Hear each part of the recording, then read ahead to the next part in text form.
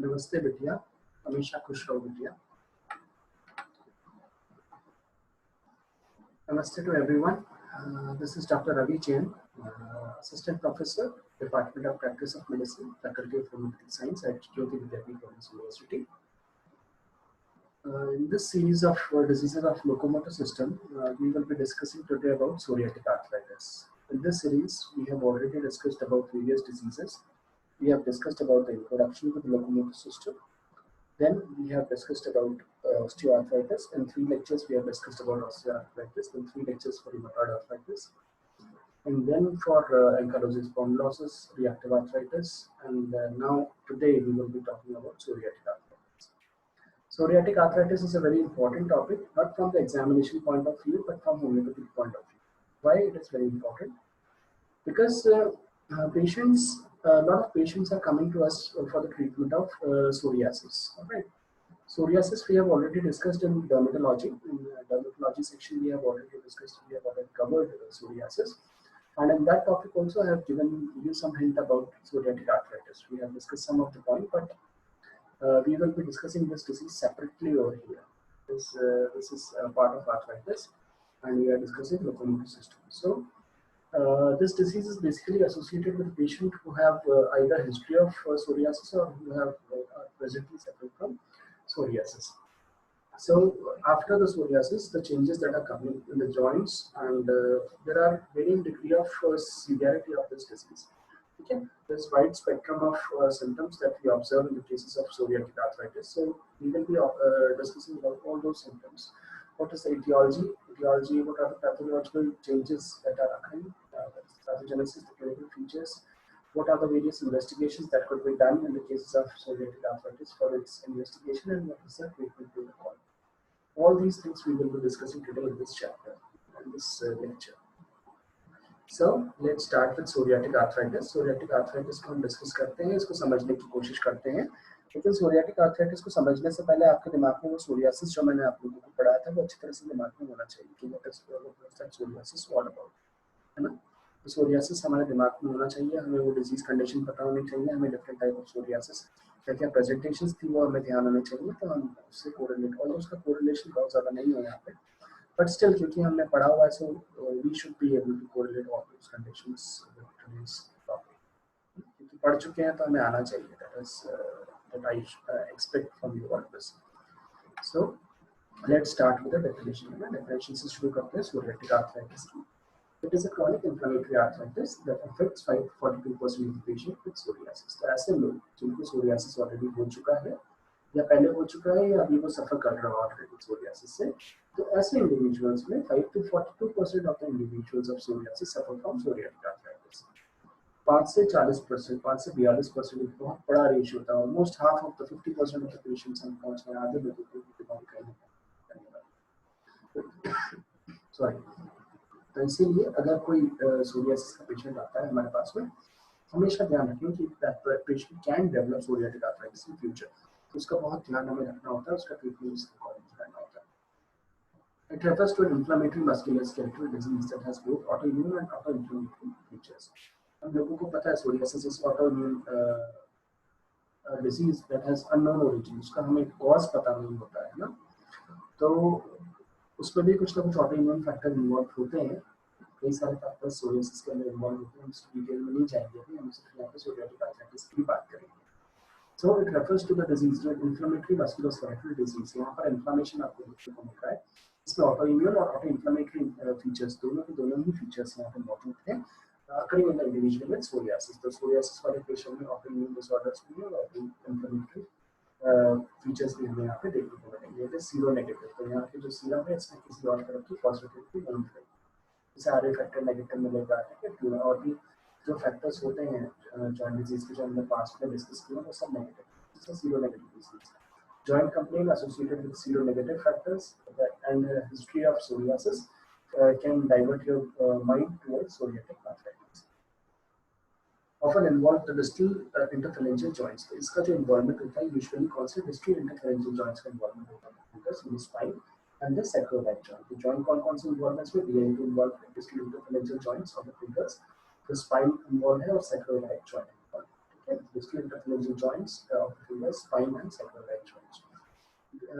It has a feature similar to that of ankylosing spondylosis and reactive arthritis. इसके जो features होते हैं वो ankylosing spondylosis के और reactive arthritis के similar हो सकते हैं. दोनों ही disease पास्ट में पढ़ चुके हैं. आपको मेरे वीडियोस मिल जाएंगे, आप हमें वापस देख सकते हैं. अगर आपने नहीं सुना है उसको तो आप वापस सुन सकते हैं हमको, और आपके पोर्टल पे आपको सारा पीपीटी वगैरह मिल जाएगा. इसमें नोट्स पीपीटी सब मिल जाएगा. The onset of psoriasis usually precedes development of joint disease. तो joint disease develop होने से पहले psoriasis की हिस्ट्री कहीं ना कहीं पेशेंट में आपको देखने को मिलेगी. पहले psoriasis हुआ, psoriasis के बाद में जाकर आपको joint complaint develop हुई, psoriatic arthritis. Male changes are seen in 90% of the patients with psoriatic arthritis. तो हमने psoriasis में भी पढ़ा था, there are various male changes that are in males. तो जितने भी हमारे पास 100 पेशेंट आ रहे हैं psoriasis के psoriatic arthritis के, तो उसमें 90% केसेस में आपको मेल चेंजेस देखने को मिलेंगे. तो मेल देखकर आप उसका डायग्नोस कर सकते हो कि that this is psoriatic arthritis ना. और किसी भी आर्थराइटिस में मेल चेंजेस हमने नहीं पढ़े हैं, ज़्यादा कुछ नहीं खास पढ़े, लेकिन यहाँ पर आपको बिल्कुल टिपिकल मेल चेंजेस देखने को मिलेंगे psoriatic arthritis. There are 6 pattern of male involvement. 6 तरह के मेल इन्वॉल्वमेंट हो सकते हैं जिसको आप देखते ही आइडेंटिफाई कर सकते हैं psoriatic arthritis. कौन-कौन से 6 पैटर्न इन्वॉल्व हैं मेल्स के? पहला है पिटिंग, छोटे-छोटे डॉट्स हो सकते हैं. हॉरिजॉन्टल रिजेस हो सकते हैं, है ना, रिजेस बन जाते हैं, गड्ढे बन जाते हैं हॉरिजॉन्टल. फोनाइकोलाइसिस है ना, नेल का डिस्ट्रक्शन होने लग जाता है. Yellowish discolouration of the nail margin, जो नेल मार्जिन है उसका येलोइश डिस्कलरेशन होने लग जाता है. ठीक है. डिस्ट्रॉफिक हाइपरकेराटोसिस, जो नेल है उसका डिस्ट्रॉफी होती है, उसका हाइपरकेराटोसिस हो रहा है. And combination of these findings, जिसमें कि सभी तरह की फाइंडिंग्स का कॉम्बिनेशन आपको मिल सकता है. कौन-कौन से changes? Pitting, horizontal ridging, onycholysis, yellow discoloration of the nail, and dystrophic hyperkeratosis and combination of all. इसमें कुछ वेरिएशंस आपको बुक्स के अकॉर्डिंग मिल सकता है, आपको अपनी बुक में कुछ और भी मिल सकता है, थोड़ा बहुत माइनर वेरिएशन देखने को मिल सकता है, तो उस पर आप ज़्यादा चिंता करने की आपको जरूरत नहीं है. जैसे यहाँ पे पिटिंग, छोटे-छोटे डॉट्स आपको है, ये को लाइक क्रम्बलिंग. अभी देखिए मैंने जहाँ से लिया है सोर्स, तो वहाँ पर भी आपको इसमें कुछ चेंजेस मिल गए. तो पिटिंग सेम रहा, आपको onycholysis रहा, स्प्लिंटर हेमरेजेस है, सब अलग hyperkeratosis. तो थोड़ा सा शब्दों का हेर फेर है, अदरवाइज चीजें ऑलमोस्ट होती नहीं रहती है जो हम डिस्कस कर रहे हैं. तो आपको बस ये याद रखना है कि psoriatic arthritis के अंदर आपको मेल चेंजेस बहुत ज्यादा टिपिकल देखने को मिलेंगे. फिटिंग बहुत ज्यादा देखने को मिल जाएगी, आपको हॉरिजॉन्टल ridges देखने को मिल जाएगा, onycholysis मिल जाएगा, क्रम्बलिंग मिल जाएगा, सामान मिल जाएगा. So there are 6 different type of changes that we commonly see in the fingernails of psoriasis patient. ये देखिए आप, ठीक है, बिल्कुल नाखून देखते ही आपने बता दिया हिस्ट्री ली के साथ में कि साहब आपको psoriasis हुआ था. पेशेंट बोलता है हाँ मुझे psoriasis की हिस्ट्री नहीं, कभी ना कभी psoriasis हुआ है. तो उसके बाद में अगर जॉइंट कंप्लेंट पेशेंट लेके आ रहा है तो definitely you have to think about psoriatic arthritis. Pattern of joint involvement, जैसे हमने नेल इन्वॉल्वमेंट देखा 6 तरह का, उसी तरह से आपका 5 पैटर्न ऑफ जॉइंट इन्वॉल्वमेंट होता है. ठीक है, 5 तरह से आप जॉइंट को देख सकते हैं, किस तरह से जॉइंट का इन्वॉल्वमेंट हो रहा है, what is the pattern of joint involvement, पहले किस तरह से इन्वॉल्वमेंट हो रहा है. अलग-अलग पैटर्न ऑफ जॉइंट इन्वॉल्वमेंट अलग-अलग तरह के लोगों को अफेक्ट कर सकते हैं ना. एक ही इंडिविजुअल में सारे टाइप ऑफ जॉइंट इन्वॉल्वमेंट नहीं होते, आपको अलग-अलग टाइप ऑफ जॉइंट इन्वॉल्वमेंट जो कि अलग-अलग इंडिविजुअल्स को देख सकते हैं, इसलिए हम डिस्कस कर रहे हैं. पहला है एसिमेट्रिक ऑलिगोआर्थराइटिस. नाम से क्या समझते हैं हम लोग? एसिमेट्रिक का मतलब एक ही साइड के पार्ट को अफेक्ट कर रहा है बॉडी के. ऑलिगोआर्थराइटिस मतलब सिंगल या फ्यू जॉइंट्स ही इन्वॉल्वमेंट हो रहा है ना. ऑलिगो मतलब less, few, less than few जो कहते हैं इसको. It often involves distal interphalangeal or proximal interphalangeal joints of hands and feet. तो DIP और PIP joints को involve कर रहा है यहाँ पे, distal interphalangeal and proximal interphalangeal joints of fingers of feet, wrist और ankles. ठीक है, हाथ और पैरों के DIP PIP को involve कर रहा है. इसके अलावा knee joint का affect involve कर सकता है, wrist और ankle joint को, knee, wrist, ankle joint का affect involve कर रहा है. इसके साथ ही sausage digits will be present. Sausage digits हमने रिएक्टिव आर्थराइटिस में बहुत अच्छे से डिटेल में पढ़ी थी, सॉसेज डिजिट्स उसके हमने फोटोग्राफ्स देखे थे, उसका देखा था किस तरह से प्लांट फॉर्मेशन हो जाता है, सब हमने पढ़ा था. ये भी present reflecting tendon sheath inflammation, उस जगह पे आपको सॉसेज डिजिट्स के अंदर टेंडन शीथ का इन्फ्लेमेशन हो जाता है. पहली कंडीशन है एसिमेट्रिक ऑलिगोआर्थराइटिस, जिसके अंदर एसिमेट्रिक कंडीशन है और फ्यू जॉइंट्स इन्वॉल्व है. दूसरा जो है आपका सिमेट्रिकल पॉलीआर्थराइटिस. सिमेट्रिकल पॉलीआर्थराइटिस में क्या होता है, दोनों साइड के जॉइंट्स इन्वॉल्वमेंट है और मल्टीपल जॉइंट्स इन्वॉल्वमेंट है. ये 40% केसेस में आपको देखने को मिलता है. इट रिजेंबल्स रूमेटॉइड आर्थराइटिस, क्योंकि पैलेटरी सिमेट्रिकल जॉइंट इन्वॉल्वमेंट है, मल्टीपल जॉइंट इन्वॉल्वमेंट है, तो इसमें आपको डाउट होता है कि आपको रिमेटॉइड आर्थराइटिस देखने को मिलेगा, लेकिन ये सीरो नेगेटिव है। Psoriatic arthritis is a seronegative disease, इसका मतलब इसमें आपको आरएफ फैक्टर नेगेटिव मिलेगा, जो रिमेटॉइड फैक्टर है वो नेगेटिव मिलेगा। And absence of rheumatoid nodules, यहाँ पे ना तो आपको रिमेटॉइड फैक्टर मिलेगा और ना ही आपको यहाँ पे रिमेटॉइड नोड्यूल्स देखने को मिलेंगे, जिससे कि आप क्लियरली उसे डिफरेंशिएट कर सकते हैं rheumatoid arthritis with psoriatic arthritis. Pattern of joint involvement में थर्ड पैटर्न आपको देखने को मिलता है प्रीडोमिनेंटली डिस्टल इंटरफेरेंशियल जॉइंट इन्वॉल्वमेंट, जिसमें कि आपको 15% केसेस में होता है डिस्टल इंटरफेरेंशियल जॉइंट का इन्वॉल्वमेंट होता है। High frequency of association with psoriatic nail change, यहाँ पे जैसे हमने 6 पैटर्न देखे थे, तो हाई डिग्री ऑफ पैटर्न, आपका हाई इन्वॉल्वमेंट होता है सोरियाटिक नेल चेंजेस के साथ, distal इंटरफेरेंशियल joints with the involvement of nails, nail changes का इन्वॉल्वमेंट होता है। आर्थराइटिस म्यूटिलेंस, यहाँ पे क्या होता है आपका आर्थराइटिस हो जाता है म्यूटिलेंस, 3 to 5% aggressive destructive form of arthritis होता है। म्यूटिलेंस मतलब बिल्कुल म्यूटिलेट हो गया, डिस्ट्रॉय हो गया। ये fourth pattern of joint involvement है। पहला कौन सा पढ़ा था हमने, एसिमेट्रिक पॉलीआर्थराइटिस, जिसमें एसिमेट्रिकल था, सिंगल फ्यू जॉइंट्स इन्वॉल्व थे। दूसरा था सिमेट्रिकल पॉलीआर्थराइटिस, जिसमें दोनों साइड सेम था और मल्टीपल जॉइंट्स इन्वॉल्व थे, लेकिन उसमें आरएफ फैक्टर नेगेटिव था और उसके साथ में एब्सेंस ऑफ रिमेटॉइड नोड्यूल्स था। थर्ड में है distal predominantly DIP involvement, distal इंटरफेरेंशियल joints involvement होता है, यहाँ पे आपको प्रीडोमिनेंटली नेल चेंजेस देखते हैं। चौथा है आर्थराइटिस म्यूटिलेंस, म्यूटिलेंस नाम से समझ आ रहा है, लेकिन आपकी जो फिंगर्स है वो म्यूटिलेट कर जाती है, आपकी कलेंजेस बिल्कुल म्यूटिलेट कर जाती है, डिस्ट्रॉय हो जाती है, छोटी छोटी हो जाती है। This is the most aggressive form, बहुत ज्यादा एग्रेसिव और डिस्ट्रक्टिव फॉर्म होता है। इसमें आपको अभी हम देखेंगे इमेज में कैसा दिखता है। बिल्कुल मैं आपको दिखाता हूँ, ये देखिए बिल्कुल म्यूटिलेट हो गई, आपकी फिंगर्स जो है बिल्कुल म्यूटिलेट होकर डिस्ट्रॉय हो गई, दैट इज एग्रेसिव फॉर्म होता है एकदम, उंगलियां आपकी छोटी छोटी हो गई, म्यूटिलेट हो गई, खराब हो जाता है पूरा। So aggressive and destructive form of the arthritis with severe joint deformities and bony dissolution, यहाँ पे bones dissolve होने लगती है ना, dissolve हो के हाथ एकदम छोटा, fingers एकदम छोटी छोटी सी हो जाती है। then last 6 जो पैटर्न, फिफ्थ पैटर्न जो हमारे पास में होता है, फिफ्थ पैटर्न होता है स्पॉन्डिलोआर्थराइटिस और सैक्रोइलाइटिस। तो इसके अंदर हमारा एक्सिल इन्वॉल्वमेंट होता है, आपका एक्सिस का इन्वॉल्वमेंट होता है, इस present 20 to 40% of cases with psoriatic arthritis. तो 20 से 40% केसेस जो हमारे पास में आ रहे हैं सोरियाटिक आर्थराइटिस लेके, उनका एक्सिल इन्वॉल्वमेंट होता है, and may occur in the absence of peripheral arthritis. ये पेरिफेरल आर्थराइटिस के एब्सेंस में सीधा ही आपका एक्सिल स्केलेटन को इन्वॉल्व कर लिया, तो वो फिफ्थ पैटर्न वापस एक बार डिस्कस करेंगे इसको। Asymmetric oligoarthritis, symmetrical polyarthritis, predominantly DIP involvement with nail changes, arthritis mutilans, जिसमें बहुत ज़्यादा mutilate हो गया, spondylitis और sacroiliitis। ठीक है, ये देखिए आप इस तरह से mutilate हो गई fingers पेशेंट की, खराब resolution हो गया। Evaluation, how will you evaluate the case of psoriatic arthritis? हमारे पास में अगर कोई पेशेंट आता है psoriatic arthritis में, तो आप उसे किस तरह से evaluate करेंगे, किस तरह से आप देखेंगे क्या चेंजेस हो रहे हैं, किस तरह से आप उसका डायग्नोसिस करोगे, क्या टेस्ट कराओगे। वैसे तो देखते ही पता चल जाता है पेशेंट में, उसके अलावा हिस्ट्री अगर आप लेंगे तो उससे पता चल जाता है कहीं ना कहीं सोरियासिस की हिस्ट्री रहेगी। सीरोलॉजिकली आपने कराया तो सीरो नेगेटिव होता है, आरएफ फैक्टर आपका नेगेटिव इसमें आता है, रिमेटॉइड नोड्यूल्स पे देखने को नहीं मिलते, तो negative test for rheumatoid factor. Inflammation होता है तो इस वजह से यहाँ पे ईएसआर रेज्ड रहेगा।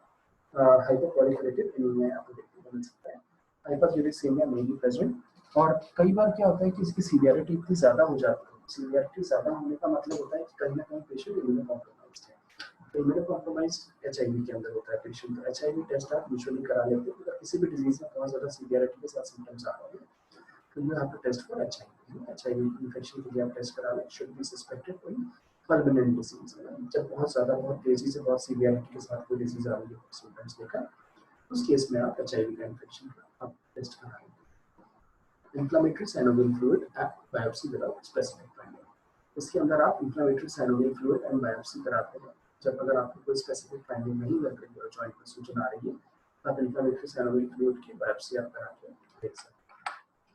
रेडियोग्राफिक चेंजेस, अब इसमें ये बहुत इंपॉर्टेंट है, इसमें देखिए आप ये एक्सरे भी मैंने इसमें डाला है, तो रेडियोलॉजिकल फाइंडिंग इसमें क्या होता है, erosion of the joint margin, आपको जो जॉइंट मार्जिन है उसका इरोजन देखने को मिलता है, बोनी एंकाइलोसिस देखने को मिलता है, डक्ट रिजॉर्प्शन होता है ऑफ द टर्मिनल फैलेंजेस। ठीक है, टर्मिनल फैलेंजेस में रिजॉर्प्शन होने लग जाता है, जिसकी वजह से आप देखो जैसे आप पेन स्टेड में पेंसिल कप पे पेंसिल रखते हैं ना, उस जैसा लगता है, नीचे से तो ब्रॉड होता है और ऊपर से नैरो होता है, यहाँ पे देखिए नीचे से तो ब्रॉड है ऊपर से नैरो, इस वजह से पेंसिल कप अपीयरेंस यहाँ पे आपको देखो, जैसे कि आपने कप के अंदर पेंसिल डाली हुई है। है, जिसे हम पेंसिल कप डिफॉर्मिटी बोलते हैं, bone proliferation at the base, तो बेस में तो बोन प्रोलिफरेट हो रही है,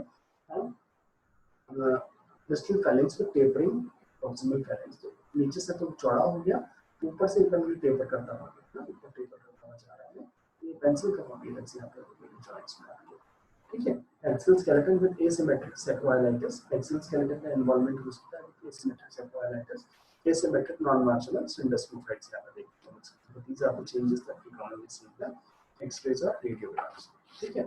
डायग्नोसिस, आप किस तरह से डायग्नोसिस करते हैं इसका कैस्पर क्राइटेरिया होता है। What is Caspar criteria? Caspar criteria बोलता है कि the patient must have inflammatory articular disease, इसमें पेशेंट में इन्फ्लेमेटरी आर्टिकुलर डिजीज होनी चाहिए, जिसमें कि जॉइंट्स, स्पाइन और एंथेसिस, एंथेसिस जहाँ पे आपका क्या फ्यूज होता है, आपका टेंडन और लिगामेंट फ्यूज होता है, ठीक है, बोन, उसमें हम एंथेसिस बोलते हैं, उनका इन्वॉल्वमेंट होना चाहिए, जॉइंट का, स्पाइन का और एंथेसिस का, with greater than 3 points from any of the following categories. आने वाली 5 कैटेगरीज में से 3 पॉइंट्स हमारे पास में, 3 से ज्यादा पॉइंट मौजूद होने चाहिए। पहला क्या है, तभी हम इसे बोलेंगे कि इसमें सोरियाटिक आर्थराइटिस पेशेंट को है, और इस क्राइटेरिया को कैस्पर क्राइटेरिया बोलते हैं। 5 में से 3 या 3 से ज्यादा चीजें होनी चाहिए। पहला है एविडेंस ऑफ करेंट सोरियासिस, तो ये मैंने आपको बता दिया था, सोरियासिस है अभी, या पर्सनल हिस्ट्री ऑफ सोरियासिस पहले रह चुकी है, और फैमिली हिस्ट्री ऑफ सोरियासिस, कहीं ना कहीं आपको हिस्ट्री ऑफ सोरियासिस मिल रही है, पेशेंट को अभी है या पहले था या उसकी फैमिली में। Typical psoriatic nail dystrophy observe on the current physical examination, आपने जब पेशेंट को देखा तो उसके नेल्स में आपको डिस्ट्रॉफी देखने को मिल रही है, करंटली आपको डिस्ट्रॉफी पेशेंट के नेल्स में देखने को मिल रही है फिजिकल एग्जामिनेशन में। A negative test for the rheumatoid factor, आपने टेस्ट किया पेशेंट का, उसका जो rheumatoid factor आया है वो नेगेटिव आपका आया है, seronegative observation. Either current dactylitis or the history of dactylitis recorded by the rheumatologist, तो यहाँ पे या तो dactylitis है, inflammation of the phalanx है, या dactylitis आपकी फिंगर है, या फिर हिस्ट्री रही है आपको dactylitis की, that is recorded by the rheumatologist. And radiographic evidence of juxta-articular new bone formation in the hand of, उसमें आपको न्यू बोन फॉर्मेशन भी दिख रहा है, जो कि आपको रेडियोलॉजिकल फाइंडिंग है, जो आपको देखने को मिली है। तो 5 में से 3 पॉइंट मौजूद होने चाहिए। वापस देख लेते हैं एक बार, एविडेंस ऑफ सोरियासिस खुद को है, हिस्ट्री में है, या पास्ट में रहा है, typical psoriatic nail dystrophy, nails में डिस्ट्रॉफी रही हुई है पेशेंट के, नेगेटिव रिजल्ट है उसका आरए फैक्टर का, करंट डैक्टिलाइटिस है या हिस्ट्री ऑफ डैक्टिलाइटिस रही है, और रेडियोलॉजिकल फाइंडिंग जिसमें न्यू बोन फॉर्मेशन आपने देखा जस्ट आर्टिकुलर सरफेस पे, ठीक है। तो ये 5 में से 3 या 3 से ज्यादा अगर पॉजिटिव है तो कैस्पर क्राइटेरिया फुलफिल होता है, मतलब सोरियाटिक आर्थराइटिस का केस आपका बन जाता है। Now what is the treatment, है ना, इसमें ट्रीटमेंट आप क्या करोगे? सोरियाटिक आर्थराइटिस का पेशेंट जब भी हमारे पास आता है, मैंने आपको हमेशा बोलता हूँ कि जब भी आपके पास में जॉइंट कंप्लेंट्स का कोई पेशेंट आता है तो उसे 3 में डिवाइड कर लो treatment, non pharmacological, pharmacological and surgical. यहाँ पे सर्जिकल तो होता है लेकिन इतना ज्यादा मार्ग नहीं होता है, क्योंकि बोन बिल्कुल ही डिजेनरेट होती जाती है, यहाँ पे जैसा हमने फिंगर्स में देखा था, म्यूटिलेशन हो जाता है। तो यहाँ पे जो हम मेनली 2 चीज़ों के बारे में बात करेंगे, non pharmacological and pharmacological. Non pharmacological में जिसमें आप एक्सरसाइज बताते हैं, पेशेंट का वेट रिडक्शन होता है, या फिर उसको हम डिजीज के बारे में बताते हैं, वो सारे मेजर्स करने की कोशिश करते हैं जिसकी वजह से पेशेंट उन्हें फॉलो कर सके और बिना दवाई के ही ठीक होने की कोशिश कर सके। नॉन फार्माकोलॉजिकल, इसमें नॉन फार्माकोलॉजिकल में कोऑर्डिनेटेड थेरेपी की बात की है, it is directed at the skin and joint. Coordinated therapy होती है, पेशेंट एजुकेशन दिया जाता है, फिजिकल एंड ऑक्यूपेशनल थेरेपी दी जाती है, ये सारी की सारी नॉन फार्माकोलॉजिकल में आती है, ठीक है। और फार्माकोलॉजिकल, जब आप नॉन फार्माकोलॉजिकल से पेशेंट को ठीक नहीं कर पाते, उसको आपने कोऑर्डिनेटेड थेरेपी दे दिया, उससे आराम नहीं आ रहा, स्किन एंड जॉइंट के पेशेंट को एजुकेट कर दिया, फिजिकल एंड ऑक्यूपेशनल थेरेपी आपने उसको दे दिया, उससे अगर आराम नहीं आ पा रहा, टीएनएफ मॉड्यूलेटरी एजेंट्स, तो आप फिर फार्माकोलॉजिकल थेरेपी पे जाते हैं, फार्माकोलॉजिकल में जाकर दवाई दी जाती है पेशेंट को। उसके अंदर टीएनएफ मॉड्यूलेटरी एजेंट्स आप देते हैं, इन्फ्लिक्सिमैब देते हैं, non steroid anti inflammatory drugs देते हैं, इंट्राआर्टिकुलर स्टेरॉइड इंजेक्शन लगाते हैं ना, जॉइंट्स के अंदर स्टेरॉइड इंजेक्शंस भी दिए जाते हैं। Efficacy of gold salts and anti malarial is also seen, gold salt या एंटी मलेरियल की एफिकेसी भी दिखती है।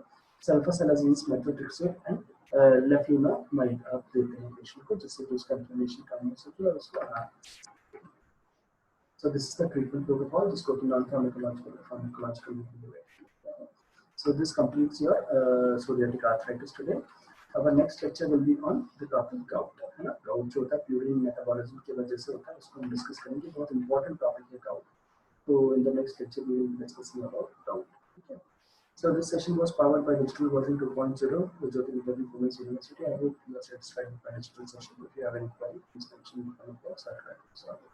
So this was all about psoriatic arthritis today, and I'll be meeting you in the next lecture with the next topic. All right. So if you don't understand anything, just try to listen to this topic again, and be prepared for the next topic out in the next class. So this was all for today. Thank you very much. This was Dr. Ravi signing off for now.